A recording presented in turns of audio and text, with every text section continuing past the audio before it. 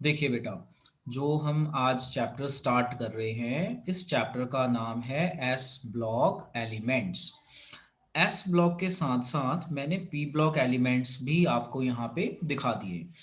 अब देखो, जो हमारा एस ब्लॉक है इसमें दो ग्रुप हैं, ग्रुप 1 एंड ग्रुप 2। ग्रुप 1 को कहते हैं एल्कली मेटल। हाइड्रोजन ना एस ब्लॉक का पार्ट नहीं मानेंगे, इसको हमने इसके ऊपर रखा जरूर है, because of last shell electron same होता है इसलिए रखा है। बट हाइड्रोजन को हम इसका पार्ट नहीं मानते हैं क्योंकि ये नॉन मेटल है हाइड्रोजन, तो गैसियस फॉर्म में है, बाकी ये सारे मेटल्स हैं। तो हमारा जो ग्रुप 1 है वो लिथियम से शुरू होता है और फ्रेंशियम पे खत्म हो जाता है। इसी तरह ग्रुप 2 को हम कहते हैं एल्केलाइन अर्थ मेटल। अब देखो, जो पी ब्लॉक है हमारा ग्रुप 13 से 18 तक जाता है। +1 में हमने इसमें सिर्फ ग्रुप 13 एंड 14 पढ़ना है, बाकी सारा +2 में जाएगा। तो ग्रुप 13 एंड 14 +1 का पार्ट है, तो S block and P block. तो +2 में ये पी ब्लॉक दोबारा यूज होता है, यानी हम जितने कंसेप्ट यहाँ पे करेंगे +1 में, ये सारे हमें +2 में यूज होंगे। और एक चीज, अब न्यूमेरिकल्स नहीं है, जैसे हमने बुक 1 पढ़ी ना, तो बुक 1 में न्यूमेरिकल्स होते हैं। अब बुक 2 में आपके न्यूमेरिकल नहीं है, बट आपकी अंडरस्टैंडिंग बहुत रोल प्ले करने वाली है। अगर आपकी अंडरस्टैंडिंग अच्छी है तो आप बहुत अच्छे से इस चैप्टर का, मतलब जो भी क्वेश्चन पूछा जाएगा, लॉजिकली जवाब दे सकते हो। रट्टा काम नहीं करेगा, समझना यहाँ पे काम करेगा, और लॉजिक। तो चलो अब हम ये चैप्टर स्टार्ट करते हैं। Group 1 is called alkali metal. Alkali metal मतलब एल्कलाइन जो हो गया, बेसिक नेचर के होते हैं। एल्कलाइन अर्थ मेटल जो हमें अर्थ से ही बेस की फॉर्म में मिलते हैं, जैसे ये ग्रुप 2। अब क्या होता है कि जब हम इनकी एक्सप्लेनेशन करते हैं तो हमें एक शॉर्टकट याद हो, तो हम इसको रीड्रॉ करके बता सकते हैं भी किसका साइज छोटा है, बड़ा है, टॉप टू बॉटम क्या होगा। तो इस चैप्टर को एक्सप्लेन करने के लिए हमें पीरियोडिक टेबल का चैप्टर आना बहुत ज़रूरी है। जैसे पीरियोडिक टेबल में हमने आयनाइजेशन पढ़ा, जैसे ये देखो, पीरियोडिक टेबल में हमने क्या क्या पढ़ा हुआ है, atomic size, ionisation energy, electron gain enthalpy, है ना, या affinity, reducing character, acid base, hydration energy, screening effect. तो इस ये सारी टर्म्स इस चैप्टर में यूज होती हैं, और इन टर्म्स के बेसिस पे हम सारी चीज़ों को एक्सप्लेन करेंगे। जो भी हमारे यहाँ पे कंसेप्चुअल क्वेश्चंस बनेंगे, लॉजिक लगेंगे यहाँ पे। अब देखो, अब मैं एक शॉर्टकट बताता हूँ जो मैंने पहले भी बताया हुआ है। जैसे मुझे ग्रुप 1 याद करना है तो मैं कैसे याद करूंगा, देखो, LINA, ये बन गया लीना।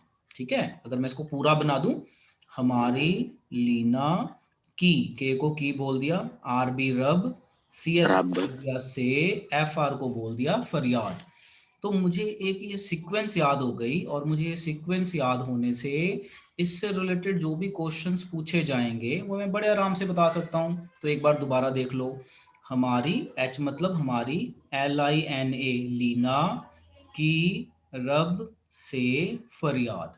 तो मुझे ये एलिमेंट का सीक्वेंस याद हो गया, तो मुझे जब भी कुछ एक्सप्लेनेशन देनी है तो मैं इन सीक्वेंस को फटाफट रफ में ड्रॉ करूंगा और जो पूछा होगा बता दूंगा। इसी तरह एल्कली मेटल का शॉर्टकट देख लो, एल्कलाइन अर्थ मेटल का, ग्रुप 2 का, तो BE और MG को इकट्ठा करके मैंने बेगम बना दिया, है ना, ऐसे याद रख सकते हो, बेगम का सिर बड़ा, है ना। तो इस तरह से कोई साइंस बने चाहे ना बने, आपको एक सीक्वेंस याद हो जाएगी जिससे आप इसे बहुत इजीली रिकॉल कर सकते हो, रीड्रॉ कर सकते हो और बता सकते हो। अब देखो, आपको याद होगा, एटॉमिक साइज के बारे में बात करते हैं। हमने पढ़ा है पीरियोडिक टेबल में, एटॉमिक साइज क्या होता है, न्यूक्लियस के सेंटर से लेके लास्ट शेल का जो डिस्टेंस होता है वो रेडियाई बताता है, और रेडियाई से हमें साइज के बारे में पता चलता है। अब आप देखो, डाउन द ग्रुप, याद है आपको डाउन द ग्रुप क्या होता है, एटॉमिक साइज क्या होता है, बड़ा होता है या छोटा होता है डाउन द ग्रुप। GP मतलब ग्रुप, PD मतलब पीरियड शॉर्ट में। तो ये बताइए पीरियोडिक टेबल के नॉलेज से, डाउन द ग्रुप साइज बड़ा होता है या छोटा होता है, तो डाउन बड़ा द, होता सर। हाँ, बड़ा बड़ा साइज होता बड़ा है। होता है क्योंकि शेल बढ़ जाते हैं। अच्छा, अलोंग द पीरियड क्या होता है, साइज छोटा या बड़ा, along small the period small होता है सब। छोटा होता है ड्यू टू इंक्रीजिंग चार्ज, मतलब न्यूक्लियस की अट्रैक्शन बढ़ जाती है जिससे साइज थोड़ा स्क्वीज हो जाता है, छोटा हो जाता है। तो इसका मतलब ये हुआ कि ऊपर से नीचे जाते हुए साइज बड़ा हो रहा है। तो सबसे बड़ा एलिमेंट कौन सा हुआ यहाँ पे, हाइड्रोजन को हटा दो, मुझे सबसे छोटा हाइड्रोजन को छोड़ के लिथियम से लेके सीजियम तक, फ्रांशियम और रेडियम, ये दोनों रेडियो एक्टिव एलिमेंट हैं। तो रेडियो एक्टिव एलिमेंट के हम डिस्कशन बीच में नहीं लेते, क्योंकि इनकी स्टडी में थोड़ी प्रॉब्लम आती है, ये कैंसर कॉजिंग होते हैं, हार्मफुल रेडिएशन रिलीज करते हैं, तो इनकी स्टडी कम की जाती है, बाकियों की ज्यादा। तो अब आप बताओ, लिथियम से लेके सीजियम तक कौन सबसे बड़ा है? यहाँ से यहाँ तक कौन सबसे बड़ा हुआ? Sir caesium. सीजियम। और सबसे छोटा कौन सा हुआ? लिथियम। लिथियम एक सर। चीज और पढ़ी, हमने ये पढ़ा है कि अलोंग द पीरियड साइज क्या होता है? छोटा होता है ना। अलोंग द पीरियड साइज क्या होगा बच्चों? छोटा। तो अब देखो, अगर अलोंग द मैं पीरियड जाऊं, जैसे मान लो पीरियड 2, तो साइज छोटा हो रहा है, यानी सबसे बड़ा साइज किसका हुआ इस पीरियड में? इस पूरे पीरियड में किसका साइज सबसे बड़ा हुआ? लिथियम का बड़ा हुआ ना। लिथियम यस का बड़ा हुआ। अच्छा, इसी तरह से आ जाओ सोडियम के केस में, अगर मैं इस वाले पीरियड में जाऊं तो साइज छोटा हो रहा है, यानी इस पीरियड में साइज सबसे बड़ा किसका हुआ? थर्ड पीरियड में किसका बड़ा हुआ सबसे? सोडियम। Sir sodium. तो हमें ये सोडियम का। समझ में आ गया कि जो हमारे ग्रुप 1 एलिमेंट है ना, ये अपने अपने पीरियड में सबसे बड़े साइज के हैं। मेरी बात समझ में आई मैं क्या कह रहा हूँ? कि जो हमारे ग्रुप 1 एलिमेंट्स हैं, ये अब देखो, ग्रुप होता है ऊपर से नीचे, पीरियड होता है लेफ्ट से राइट। तो जो हमारे ग्रुप 1 एलिमेंट्स हैं, ये अपने अपने पीरियड में, जैसे पीरियड 2, पीरियड 3, पीरियड 4, 5, 6, 7, ये अपने अपने पीरियड में सबसे बड़े एलिमेंट हैं। यानी जो ग्रुप 1 है, ये अपनी अपनी रो के, अपनी अपनी पीरियोडिक रो के सबसे बड़े एलिमेंट माने जाते हैं। क्यों? क्योंकि अलोंग द पीरियड साइज छोटा हो जाता है, because along the period size decreases। चलो, तो हमें ये चीज समझ में आ गई। अब जैसा मैंने आपको बताया कि हमें इस चैप्टर को समझने के लिए कुछ बेसिक चीजें आनी चाहिए, तो वही बता रहा हूं। अब आते हैं हम आयनाइजेशन एनर्जी। अब देखो, आयनाइजेशन एनर्जी क्या होती है। मान लो एक बच्चा बैठा है बेंच पे, ठीक है, आपने उस बेंच पे आप बैठे और आपने उसको धक्का मार दिया, तो आपने जैसे ही धक्का मारा वो गिर जाएगा। तो आपने जो एनर्जी लगाई ना उसे निकालने के लिए, सीट से हटाने के लिए, उसे बोलेंगे आयनाइजेशन एनर्जी। मतलब कोई एटम है, उसके लास्ट शेल का आप इलेक्ट्रॉन निकालना चाहते हो, तो धक्का मारोगे तभी निकलेगा। धक्का मतलब एनर्जी लगाओगे तभी निकलेगा। तो आपने एनर्जी लगाई, इलेक्ट्रॉन निकल गया, तो उसे बोलेंगे आयनाइजेशन एनर्जी, या डेल्टा एच आई, या शॉर्ट में आई ई। तो आयनाइजेशन एनर्जी होता है energy required to remove an electron from last shell of an isolated gaseous atom. तो आपको पीरियोडिक टेबल भी रिकॉल हो रहा होगा, यानी एस ब्लॉक और पी ब्लॉक को समझने के लिए हमें पीरियोडिक टेबल याद होना बहुत जरूरी है। तो मैं पहले वही रिवाइज करा रहा हूँ, फिर हमारा एस ब्लॉक शुरू हो चुका है, साथ में ही चल रहा है एस ब्लॉक भी। अब देखो, मुझे ये बताओ, डाउन द ग्रुप साइज बड़ा होता है, तो इलेक्ट्रॉन जल्दी, देखो एक चीज याद रखना, अगर साइज छोटा होगा ना तो अट्रैक्शन ज्यादा होती है, अट्रैक्शन ज्यादा होगी तो इलेक्ट्रॉन जल्दी नहीं निकलेगा। साइज बड़ा हो जाता है ना तो अट्रैक्शन हो जाती है वीक, इलेक्ट्रॉन की और न्यूक्लियस की अट्रैक्शन वीक हो जाती है, तो कम एनर्जी में इलेक्ट्रॉन निकल जाएगा। तो इसका मतलब हुआ down the group ionisation energy को क्या होगा बच्चों? Down the group ionisation energy decrease. क्या होगा? डिक्रीज। ओके। पीरियड में होता है साइज छोटा, यानी पीरियड में क्या होता है, जो पहला एलिमेंट है वो बड़ा होता है, जो हमारा पहला एलिमेंट है वो बड़ा होगा। But as we go along the period तो साइज हो जाता है हमारा छोटा। तो जब साइज छोटा हो गया तो अट्रैक्शन बढ़ गई, तो यहाँ पे क्या होगा आयनाइजेशन एनर्जी का? क्या होगा बच्चों यहाँ पे आयनाइजेशन एनर्जी का? क्या होगा? देखो, इंक्रीज। इंक्रीज। तो बस ये कंसेप्ट याद होने हमारे बहुत जरूरी हैं, तभी हम एक्सप्लेनेशन कर पाएंगे। अब आगे चलते हैं। अब आ जाओ, इलेक्ट्रॉन गेन एंथैल्पी या एफिनिटी बोल दो तो सेम ही होती है, कोई खास फर्क नहीं है। तो इलेक्ट्रॉन गेन एंथैल्पी या इलेक्ट्रॉन एफिनिटी सेम है। अब ये क्या होता है, जैसे फ्लोरीन है, फ्लोरीन के लास्ट शेल में 7 इलेक्ट्रॉन है, तो अगर ये एक इलेक्ट्रॉन ले ले तो इसको 8 पूरे हो जाएंगे। तो जब भी कोई एलिमेंट या एटम इलेक्ट्रॉन गेन करेगा तो एनर्जी लॉस करेगा, तो जो वो एनर्जी लॉस करेगा ना, उस लॉस एनर्जी को हम इलेक्ट्रॉन एफिनिटी या गेन एंथैल्पी कहते हैं। एनर्जी लॉस या रिलीज्ड हो रही हो तो उसे हम क्या बोलेंगे? गेन एंथैल्पी या एफिनिटी। और इसको हम नेगेटिव में काउंट करते हैं। मोर नेगेटिव मतलब ज्यादा एनर्जी, लेस नेगेटिव मतलब लेस एनर्जी, यानी मोर नेगेटिव मतलब ज्यादा एनर्जी लॉस हुई है, लेस नेगेटिव मतलब कम हुई है। अब देखो यहाँ पे टॉप टू बॉटम देखो। अब आप ग्रुप में जाओ, जब आप ग्रुप में जाओगे तो साइज क्या हो रहा है बच्चों? बड़ा हो रहा है।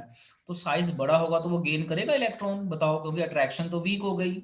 बोलो बच्चों। सर एक बारी दोबारा समझा दो, इलेक्ट्रॉन गेन एंथैल्पी। बिल्कुल बेटा, दोबारा समझा रहा हूँ, समझो। देखो, जैसे फ्लोरीन है, तो फ्लोरीन के लास्ट शेल में बेटे कितने इलेक्ट्रॉन है? 7। तो ये अगर एक 7। इलेक्ट्रॉन ले ले तो इसके 8 हो जाएंगे ना। इफ इट गेन 1 इलेक्ट्रॉन, इसके 8 हो जाएंगे। अब जब ये गेन करेगा ना, याद रखना हमेशा, जब भी गेन होती है ना, एनर्जी लॉस होती है। तो जो एनर्जी लॉस हुई है ना गेन होते हुए, इसे बोलते हैं इलेक्ट्रॉन गेन एंथैल्पी। आ गया बेटे समझ में क्या होता है इलेक्ट्रॉन गेन हाँ एंथैल्पी? जी, हाँ जी। जब इलेक्ट्रॉन गेन होगा तो एनर्जी रिलीज होगी। आयनाइजेशन में क्या होता है? हमने धक्का मारना है, यानी हमने एनर्जी लगानी है, यहाँ पे एनर्जी बन रही है, एक्सोथर्मिक प्रोसेस हो गया, ऐसे समझ लो, एक्सोथर्मिक। तो इसे बोलेंगे इलेक्ट्रॉन गेन एंथैल्पी। अब देखो एक लॉजिक, कि जब आप ग्रुप में जाओगे टॉप टू बॉटम, तो साइज बड़ा होता है, तो साइज बड़ा होगा तो अट्रैक्शन कम हो जाती है, तो वो गेन कर पाएगा कि नहीं? बोलो, गेन करेगा? अगर साइज बड़ा हो गया तो अट्रैक्शन कम हो? नहीं सर, नहीं करेगा। नहीं कर तो पाएगा। गेन कम करने को कहते हैं डिक्रीजेस या लेस नेगेटिव। अब आ जाओ अलोंग द पीरियड। तो पीरियड में क्या होता है? साइज बड़े से छोटा होता है, तो वो गेन करेगा, क्योंकि साइज छोटा है तो गेन करने की कोशिश करेगा। तो जब वो गेन करने की कोशिश करेगा तो क्या हो जाएगा? मोर नेगेटिव, यानी एनर्जी रिलीज ज्यादा हो जाएगी। तो आप इन सबको बेटा नोट भी करते रहो, और जब वीडियो भेजूंगा जो मिस हो जाए बेटा, वहां पे आप नोट कर लेना। अब चलते हैं बच्चों आगे। तो हमने गेन एंथैल्पी समझ ली। अब हमारा आता है इस चैप्टर में बहुत कॉमनली ये वर्ड यूज होते हैं, रिड्यूसिंग एजेंट, ऑक्सीडाइजिंग एजेंट। तो मैं रिड्यूसिंग बताऊंगा, रिड्यूसिंग का उल्टा ऑक्सीडाइजिंग हो जाएगा। देखो, रिड्यूसिंग एजेंट वो होता है जो दूसरों को electron they, which reduce other, या जो दूसरों को रिडक्शन कर दे। वो सब्सटेंस जो दूसरे सब्सटेंस की रिडक्शन करे, ये मैंने हिंदी में भी लिख दिया यहाँ पे ताकि आपके ध्यान में रहे। यानी किसी को एच दे दे या electron they they. Keep in mind मैंने क्या बोला है, रिड्यूसिंग एजेंट वो होते हैं जो दूसरों को इलेक्ट्रॉन देते हैं, विच रिड्यूस अदर, या हाइड्रोजन दे दें। जैसे सोडियम है, सोडियम अगर अपना इलेक्ट्रॉन लॉस कर दे तो इसने दे दिया अपना इलेक्ट्रॉन किसी को, यानी ये खुद की ऑक्सीडेशन कर रहा है, दूसरों की रिडक्शन कर रहा है। जैसे एलआईसी एजेंट होते हैं, दूसरों के एलआईसी करते हैं। इसी तरह रिड्यूसिंग एजेंट दूसरों की रिड्यूसिंग करते हैं, रिडक्शन करते हैं, यानी इलेक्ट्रॉन देते हैं या हाइड्रोजन देते हैं। तो इसी तरह से ऑक्सीडाइजिंग इसका उल्टा। दोनों को ना एक साथ याद करना, बस एक कंसेप्ट याद रखो, उसका उल्टा लगा लेना जब दूसरा है। दोनों याद रखोगे तो बच्चे क्या करते हैं? उल्टा पुल्टा कर देते हैं। तो इस चीज को अवॉइड करने का एक ही तरीका है, जो सेम सी डेफिनेशंस होती हैं या जो रिवर्स होती हैं एक दूसरे की, उनको आप किस तरह से करेंगे? इस तरीके से। तो रिड्यूसिंग एजेंट होते हैं जो दूसरों को इलेक्ट्रॉन दे दें, जो दूसरों की रिडक्शन करें। 10th में हमने यही पढ़ा हुआ है, रिड्यूसिंग एजेंट्स आर दो substances which reduce other and itself shows oxidation. तो ये चीज हो गई। अब इसके बाद जब हम ये चैप्टर पढ़ते हैं तो एसिड बेस बार बार आता है, ऐसा कंसेप्ट। जैसे आपको एक क्वेश्चन करवाया था, AlCl3 इज लुईस एसिड, है ना, या NH3 इज लुईस बेस, या अर्हीनियस के कंसेप्ट से कुछ आ गया। तो जब कभी भी एस ब्लॉक या पी ब्लॉक में ऐसा क्वेश्चन आ जाए अर्हीनियस एसिड बेस का या लुईस कंसेप्ट का, तो आप हमेशा ये दो कंसेप्ट रिकॉल कीजिए। अर्हीनियस एसिड वो होता है विच फॉर्म H+ आयन, और अर्हीनियस बेस होता है which form OH negative ion. इसी तरह से लुईस एसिड कौन सा होता है? Which accept electron. और लुईस बेस होता है which donate pair of electron. तो ये बड़ी बेसिक चीज है जो हमें चैप्टर को समझाने के लिए जरूरत पड़ेगी। ठीक है बेटा, यहां तक क्लियर है? बोलो बच्चों, साथ साथ बोलते भी जाओ। जी। यस। अब आ यस जाओ सर। Paramagnetic and diamagnetic. अब इसको समझ लो, ये वर्ड भी बहुत यूज होते हैं यहाँ पे।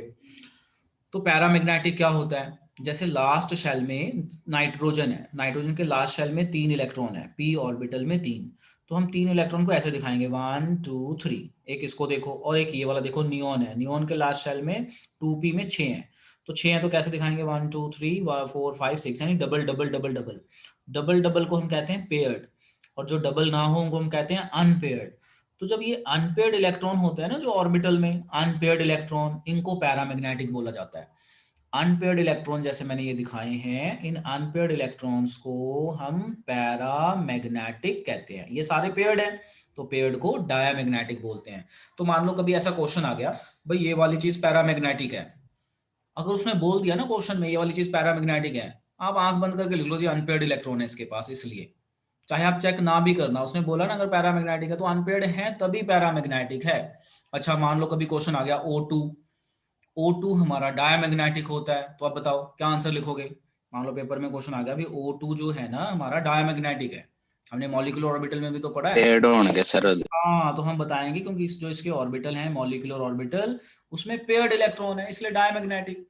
तो कभी भी अगर पैरामैग्नेटिक या डायमैग्नेटिक से कंसेप्ट आ जाए ना, तो वहां तो डरना ही नहीं है, वहां तो चुप करके ये कंसेप्ट लगा दो कि अनपेयर्ड है तो मतलब अनपेयर्ड इलेक्ट्रॉन होंगे पैरामैग्नेटिक में, डायमैग्नेटिक है तो पेयर्ड होंगे, बस बड़े आराम से ये कंसेप्ट लग जाएंगे। अब देखो आगे, अब एक मैं लास्ट टॉपिक कराता हूँ ये वाला, फिर आपको नोट करने का टाइम देता हूँ। देखिए, टॉपिक का नाम है हाइड्रेशन एंथैल्पी। अब इसको समझाने से पहले ना मैं आपको 10th रिकॉल करवा दूं आपकी। देखो 10th में आपने पढ़ा है पीओपी। पीओपी क्या होता है? CSO4 डॉट हाफ H2O, यानी ये half water, gypsum 2H2O, washing soda 10H2O, copper sulphate 5H2O। तो ये जो वाटर है ना, ये वाटर बहुत कम अमाउंट में होता है, मॉइस्चर की फॉर्म में होता है आप बोल सकते हो, और इसका पता भी नहीं चलता देख के जल्दी। तो इसे हम 10th में क्या कहते थे इस कंसेप्ट को? Water of crystallisation. क्या कहते थे बच्चों? इसी चीज को हम 10th में क्या कहते थे? हम इसे कहते थे वाटर ऑफ, लो मैं अंडरलाइन कर देता हूँ, crystallization. Water of crystallisation. और यहाँ पे क्वेश्चन भी आता था, what do mean by water of crystallisation? Definition लिखते थे, fix number of water molecules in a formula unit salt. Salt में जो fix number of water molecule represent करते हैं, इसे वाटर ऑफ क्रिस्टलाइजेशन कहते हैं। बस ऐसा ही कुछ रिलेटेड है हाइड्रेशन एंथैल्पी। हाइड्रेशन एंथैल्पी क्या होता है? जैसे मान लो आपके पास सॉल्ट है, आपने सॉल्ट को पानी में डाल दिया, मैंने बोला पानी में डाल दिया, सोल्यूशन बना दिया, लिक्विड बना दिया बिल्कुल पानी में डाल के, तो हाइड्रेशन एंथैल्पी तो उसमें आई, बट वो लिक्विड बन गई पूरी। तो हमारी हाइड्रेशन एंथैल्पी है क्या, इसको समझो। क्या है कि आप सॉल्ट लो, सॉल्ट में थोड़ा सा मॉइस्चर डाल दो, मॉइस्चर मतलब थोड़ा सा पानी डाल दो, बहुत पानी नहीं डालना, लिक्विड ना बनाओ, लिक्विड से पहले वाली स्टेट रखो, मतलब सॉलिड में ही रहे, बस थोड़ा सा पानी चला जाए अंदर, तो उसे हम बोलेंगे अपना हाइड्रेशन। हाइड्रेशन मतलब वाटर ऐड करना, एंथैल्पी मतलब जो एनर्जी रिलीज होगी जब आप ऐसा करोगे। जैसे जब आप वाटर को, स्मॉल अमाउंट ऑफ वाटर या मॉइस्चर को किसी सॉल्ट में मिक्स करोगे, तो मिक्स करते हुए ना वो बॉन्ड बनाएगा सॉल्ट के साथ। ऐसा ही होता है ना, जब भी आप कोई चीज मिक्स करते हो तो बॉन्ड बनते हैं, बॉन्ड बनाएगा, बॉन्ड बनाते हुए एनर्जी रिलीज करेगा, तो उसे हम बोलेंगे हाइड्रेशन एंथैल्पी। मतलब किसी भी सॉल्ट में या किसी भी सब्सटेंस में जब आप मॉइस्चर ऐड करते हो, वाटर ऐड करते हो इन स्मॉल अमाउंट, तो वो एनर्जी रिलीज करता है due to formation of new bonds, तो उसे हम कहते हैं हाइड्रेशन एंथैल्पी। पानी ऐड किया तो हाइड्रेशन एंथैल्पी। आप बेटा इसे ना घर पे चेक भी कर सकते हो, और अभी के अभी कर सकते हो। कैसे चेक करोगे? अपना हाथ वेट करो, वेट करने के बाद जो आपने टी शर्ट पहनी है, टी शर्ट के ऊपर जो जो है ना आपकी बाजू के ऊपर जो टी शर्ट है, उसके ऊपर बस वो वेट हाथ से टच करो। जैसे ही टच करोगे ना, तो आपकी बॉडी में हल्की सी हीट फील होगी, करके देखना अभी, या कभी आपने ऐसा एक्सपीरियंस किया होगा हैंड वॉश करने के बाद, जब आप अपने कपड़ों में हाथ साफ करते हो तो हल्की हल्की हीट फील होती है। So that is called hydration enthalpy. यानी जब आपने गीले हाथों से अपने कपड़ों को टच किया और नीचे आपकी बॉडी है, तो जैसे ही आपके हाथों से वाटर कपड़ों में जाएगा तो बॉन्ड बनाएगा, बॉन्ड बनाते हुए एनर्जी रिलीज होती है, तो बहुत हल्की हल्की सी हीट फील होती है। That is called hydration enthalpy, समझाने के लिहाज से बताया मैंने। तो जब भी हम किसी सॉल्ट में स्मॉल अमाउंट में वाटर डाल दें तो वो एनर्जी रिलीज करेगा, तो जो वो एनर्जी रिलीज होगी उसे हम बोलेंगे हाइड्रेशन एंथैल्पी। चलो, इसे अब आप लोग जरा रिवाइज कर लो और नोट कर लो। ठीक है बेटा, तो हम ये समझ गए। अब हम आगे चलते हैं, तो यहाँ पे हमारा एक टॉपिक नजर आ रहा है। तो बेटा जो हम टॉपिक कर रहे हैं, अब टॉपिक का नाम है स्क्रीनिंग इफेक्ट और शील्डिंग इफेक्ट। अब देखिए ये क्या होता है screening effect and shielding effect, समझो। मान लो ये टीचर है, मैं हूँ, और ये फर्स्ट रो में बच्चे बैठे हैं, ये सेकंड रो में बच्चे बैठे हैं, ये थर्ड रो में बच्चे बैठे हैं, बड़ी क्लास है। अब क्या होगा, जो मेरी आवाज है ना फर्स्ट रो तक तो साफ आएगी, यहाँ पे थोड़ी कम आएगी क्योंकि ये रो के कारण ना रुक जाएगी।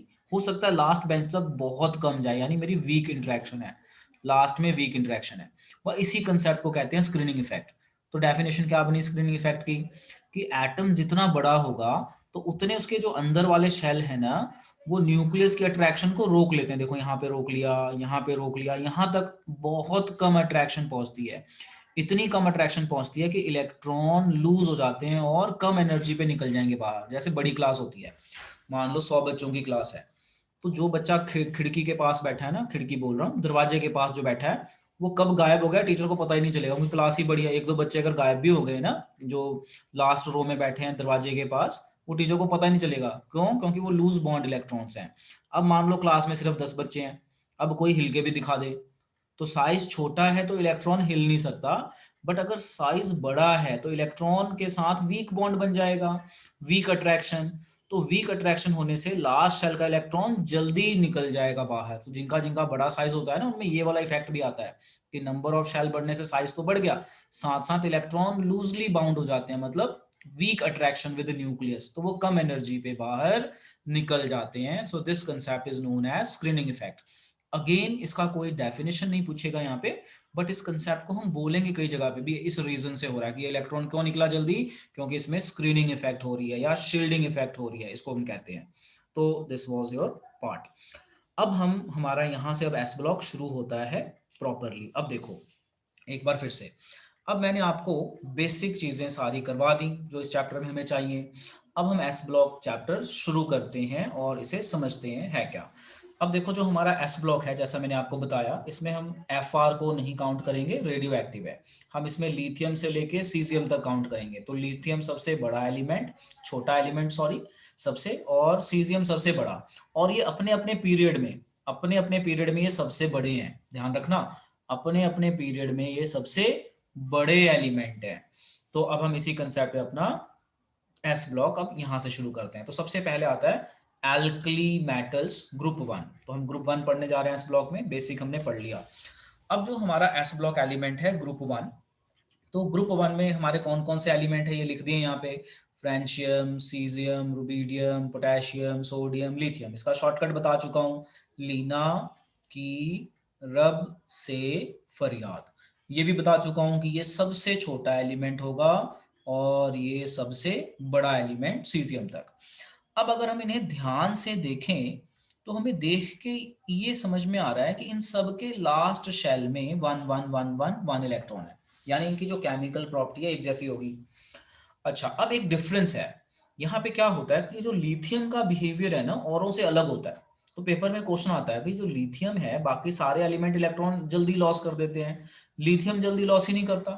बाकी एलिमेंट सॉफ्ट है, लिथियम हार्ड है, ऐसा क्वेश्चन बनता है। तो इसका आंसर ये है कि लिथियम का साइज बहुत छोटा है, इतना छोटा है कि उसके अंदर अट्रैक्शन बहुत ज्यादा है। अट्रैक्शन बहुत ज्यादा होने से वो इलेक्ट्रॉन लॉस ही नहीं करता, बाकी सब लॉस करेंगे। इसे कहते हैं एनॉमलस बिहेवियर। एनॉमलस होता है एक्सपेक्टेड बिहेवियर से अलग। तो पेपर में अगर कभी क्वेश्चन आ जाए, भाई लिथियम का बिहेवियर इसके दूसरे मेंबर्स के हिसाब से अलग क्यों है, जबकि जबकि सबके लास्ट शेल में एक एक एक इलेक्ट्रॉन है, तो हम ये बोलेंगे कि जो लिथियम है इसका साइज छोटा है और इसमें डी ऑर्बिटल नहीं है। अब ये डी ऑर्बिटल नहीं है का क्या मतलब है, समझो, ध्यान से समझाता हूँ अभी। मैंने बोला कि लिथियम का साइज छोटा है, ये तो समझ में आ गया, इसमें डी ऑर्बिटल नहीं है। तो इसको समझो जरा, डी ऑर्बिटल नहीं है का क्या मतलब है। देखो, जैसे सेकंड शेल है या फर्स्ट शेल है, तो फर्स्ट शेल में 1s होता है, अफबाउ रूल याद है ना, 1 में 1s होता है, 2 में 2s 2p होता है, 3 में 3s 3p 3d होता है, यानी ये 3 शेल होते हैं, सब शेल। इसी तरह 4 में, तो अगर आप यहाँ ध्यान से देखो तो जो सेकंड है ना, इसमें डी है ही नहीं, डी ऑर्बिटल आता ही नहीं है। बाकियों में डी डी डी डी, बाकी सब में आएगा। बस यही बोला, यही मतलब है कि इसका एक तो साइज छोटा है और डी ऑर्बिटल नहीं है, इसलिए इसका बिहेवियर औरों से अलग है। तो पेपर में अगर क्वेश्चन आ जाए कि भाई जो लिथियम है उसका बिहेवियर अपने दूसरे ग्रुप मेंबर से अलग क्यों है, क्यों वो लॉस नहीं करता, तो आप बोलेंगे because it has small size and no D orbital, क्योंकि इसमें डी ऑर्बिटल होता ही नहीं। डी ऑर्बिटल ना होने के कारण ये आपका ना गेन करेगा ना लॉस करेगा। ठीक है, छोटा साइज है इसलिए हार्ड होता है, बाकी सॉफ्ट है। आपने क्वेश्चन पढ़ा होगा, name element which can be cut by knife, sodium and potassium, यानी ये सॉफ्ट हुए। Sodium potassium. हाँ है ना, तो अब आपको ये समझ में आ गया। तो यहाँ से कुछ नोट करने वाला नहीं है, जस्ट कीप इन माइंड मैंने आपको क्या बताया है यहाँ। अब हम आगे अपनी डिस्कशन लेके चलते हैं। तो अब हम आगे चलते हैं, तो हमारा वही सीक्वेंस चल पड़ा। देखो, जैसे मैंने आपको बताया ना, जैसे मैं आपको ग्रुप वन पढ़ा रहा हूँ, तो ग्रुप वन में हम पहले इलेक्ट्रॉनिक कन्फिगरेशन, फिर आयनाइजेशन, फिर गेन एंथैल्पी, फिर reaction with water, reaction with halogen, तो यही सारा चलने वाला है। जैसे हमने पीरियोडिक टेबल में पढ़ा है उसी की एक्सटेंशन है। तो अब देखो हम कहाँ पहुंच गए। अब सर जो यहाँ पे, सीजियम सी सर ਇਹਦੇ ਚ XC ਤੇ ਆ ਕੀ ਦਿੱਤਾ ਹੋਇਆ ਸੀ। हाँ दोबारा ये वाला सीजियम, हाँ जी सर, हाँ सीजियम जी है सर, एक्सी एलिमेंट दे कंट्रास्ट के लिखे सर। ये वाला अपना ये है वन, ये तो कॉन्फ़िगरेशन है। नहीं नहीं सर, हाँ थल्ले थल्ले हाँ यदि जड़ी सेकंड, नहीं नहीं नहीं ये आ वाला, ये अच्छा आ ये वाला, फोर ओके ओके। फोर, हाँ ये जी तो हाँ बेटा जी। हाँ ये इलेक्ट्रॉनिक कॉन्फ़िगरेशन है। इसके ऊपर भी आपको वीडियो मिल जाएगी, शॉर्ट इलेक्ट्रॉनिक कॉन्फ़िगरेशन कहते हैं। एक तो ये होता है 1s2 2s2 3s1। एलिमेंट दे कंट्रास्ट तो हाँ मतलब ये इसको हम शॉर्ट इलेक्ट्रॉनिक कॉन्फ़िगरेशन कहते हैं। अभी फिलहाल इसको छोड़ दो, इसके ऊपर मैंने वीडियो बनाई हुई है, वो आप बेटा देख लेना। ठीक है ना, तो इलेक्ट्रॉनिक कॉन्फ़िगरेशन के हिसाब से मिल सर जाएगा। इम्पोर्टेंट था नहीं। इम्पॉर्टेंट है हायर क्लासेस के लिए, इससे हम जल्दी से एक्सप्लेन कर पाते हैं। यानी जो आप ये पूछ रहे हो मैं इसे अंडरलाइन करता हूँ, मैं इसको बाद में एक बार रिवाइज करवा दूंगा। ठीक है बेटे, तो अभी आप इसको भूल जी जाओ सर। फिलहाल। अभी आप वो लॉन्ग फॉर्म ही याद रखो। क्या होता है कि हम नोबल एलिमेंट, थोड़ा सा हिंट दे देता हूँ। जो नोबल एलिमेंट होता है ना उसको उठा लेते हैं, नोबल एलिमेंट के हिसाब से जो नेक्स्ट एलिमेंट होता है वहां से हम शुरू कर लेते हैं। तो आप इसको मेरे यूट्यूब पे सर्च करोगे ना इलेक्ट्रॉनिक कन्फिगरेशन वाला, तो वहां मिल जाएगा। और जब मैं रिवीजन कराऊंगा तो मैं उस टाइम पे इसको दोबारा बता दूंगा। तो अभी इसको वरी ना करो, नॉर्मल इलेक्ट्रॉनिक कॉन्फ़िगरेशन से कर लो, उससे भी आप समझ जाएंगे। चलो अब हम आगे चलते हैं। अब देखो, हम जब यहाँ पे आए आगे, तो यहाँ पे आ रहा है एटॉमिक एंड आयनिक रेडियाई। तो मैं ये तो बता ही चुका हूँ कि एटॉमिक और आयनिक रेडियाई क्या होता है, कि डाउन द ग्रुप साइज बड़ा होता है। तो सबसे छोटा साइज लिथियम का हुआ और सीजियम का बड़ा हो गया। तो यहाँ पे तो यही चीज है, ये चीज हमें क्लियर हो गई। अब आता है टॉपिक यहाँ पे हाइड्रेशन एंथैल्पी, मतलब पानी डालेंगे थोड़ा सा तो क्या होगा, या एटमॉस्फेयर से वाटर खींच लेते हैं। देखो हमारे एटमॉस्फेयर में मॉइस्चर होता है ना, तो कुछ सॉल्ट हमारे एटमॉस्फेयर से ही मॉइस्चर खींच लेते हैं। अब देखो मैं पढ़ रहा हूँ, जरा समझना ध्यान से। कह रहा है the hydration enthalpy of alkali metal ion decreases with increase in ionic size. तो मतलब क्या है कि कि लिथियम सबसे छोटा और सीजियम सबसे बड़ा। तो कह रहा है कि लिथियम बहुत जल्दी वाटर के साथ बॉन्ड बनाता है, यानी बहुत जल्दी उसको अट्रैक्ट करता है। अगर आप उसे रखो और उसको मॉइस्चर मिल जाए एयर से, एयर में मॉइस्चर होता भी है, तो फटाफट मॉइस्चर खींच के वेट टाइप हो जाएगा, ऐसे समझ जाइए। तो अब देखो, the hydration enthalpy of alkali metal ion decreases with increase in ionic size. यानी सबसे ज्यादा किसकी हुई हाइड्रेशन एंथैल्पी, यानी कौन सबसे स्ट्रॉन्ग बॉन्ड बनाएगा, लिथियम। और सबसे वीक साइज बड़ा है वो बनाएगा। अब क्वेश्चन देखो क्या आता है यहाँ पे। यहाँ पे क्वेश्चन, यहाँ पे पहले ये मैं 3 लाइनें पढ़ता हूँ फिर क्वेश्चन बताता हूँ। Lithium ion has maximum degree of hydration, मतलब वो बहुत जल्दी कंबाइन करता है। जैसे किसी को भूख लगी हो, तो उसके टेबल पे अगर रोटी रख देना, वो वेट नहीं करेगा किसी के आने की, बस फटाफट शुरू हो जाएगा, यानी मैक्सिमम डिग्री ऑफ हंगरनेस। इसी तरह लिथियम को अगर मॉइस्चर मिल गया तो ये फटाफट जुड़ जाता है, फटाफट जुड़ने को कहते हैं मैक्सिमम डिग्री ऑफ हाइड्रेशन। अब देखो, and for this reason lithium salts are mostly hydrated. देखो ये फॉर्मूला वैसे लिखा है ना, जैसे हमने वाटर ऑफ क्रिस्टलाइजेशन लिखा था। बाकी सोडियम पोटेशियम, ये इसके जो सॉल्ट है ना, ये जल्दी, इतनी जल्दी कंबाइन नहीं करते, बट लिथियम बहुत जल्दी कंबाइन करता है। तो अब यहाँ पे क्वेश्चन बनता है कि lithium salts are mostly hydrated why. मान लो ये पेपर में क्वेश्चन आ गया, तो मैंने यहाँ पे इसका आंसर लिखा हुआ है कि जो हमारे लिथियम सॉल्ट्स हैं they are mostly hydrated. Why, तो इसका आंसर है, मेन आंसर तो है because it has maximum degree of hydration. तो आप इसके 2 पॉइंट बना सकते हो, because of its small size and having maximum degree of hydration. Maximum degree of hydration मतलब कि इसको मॉइस्चर मिल जाए तो ये बहुत जल्दी बॉन्ड बनाता है उसके साथ, क्योंकि साइज छोटा है, बहुत जल्दी अट्रैक्ट कर लेता है। तो अगर पेपर में क्वेश्चन आ जाए कि lithium salts are mostly hydrated why, तो आप लिखेंगे because of following reasons, having small size and it has maximum degree of hydration. Maximum degree मतलब बहुत जल्दी अट्रैक्ट होता है वाटर की, वाटर को बहुत जल्दी अट्रैक्ट करता है। सो आप इसे अब तैयार कीजिए अच्छे से और नोट्स बनाइए।